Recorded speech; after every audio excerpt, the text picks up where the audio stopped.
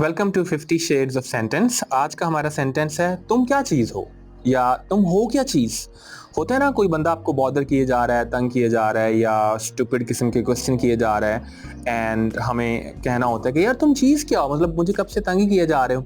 इसको हम इंग्लिश में किस तरह से कह सकते हैं, मतलब 7-8 मुख्तलिफ शेड्स हैं सेंटेंस की। देखते हैं किस किस अंदाज से हम इसको इंग्लिश में कह सकते हैं। सो तुम हो क्या चीज़। अगर आप गुस्से में हैं, what the hell are you, और what the hell you are, तुम हो क्या चीज। This is angry mood. अगर आप गुस्से में हैं, so what the hell are you, तुम हो क्या चीज। आप इसको ये भी कह सकते हैं, what you think you are, तुम खुद को समझते क्या हो, तुम चीज क्या हो, what you think you are. Fine, ये भी गुस्से में आप कहेंगे।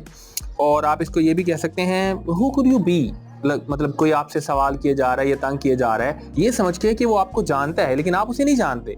सो with a question mark on your face you ask him who could you be, भला आप कौन हो सकते हैं, मुझे I'm not recognizing you. Fine, आप इसको ये भी कह सकते हैं what you are, अरे तुम हो क्या, तुम क्या चीज़ क्या हो। ओके, और आप इसे ये भी कह सकते हैं what the fuck. That's an inappropriate word but many of us can use them in practical conversation. So who the fuck you are. Okay, but I'm saying it again, this is inappropriate and not formal word, so be careful where you use it.